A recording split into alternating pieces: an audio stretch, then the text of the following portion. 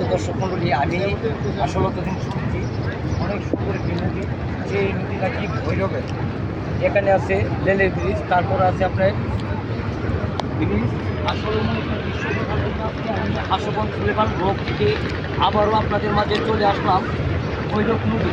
এখানে আছে লঞ্চ, নৌকা, ট্রলার, আসলে উপভোগ করার মতন সুন্দর একটি জিনিস, প্রকৃত দৃশ্য।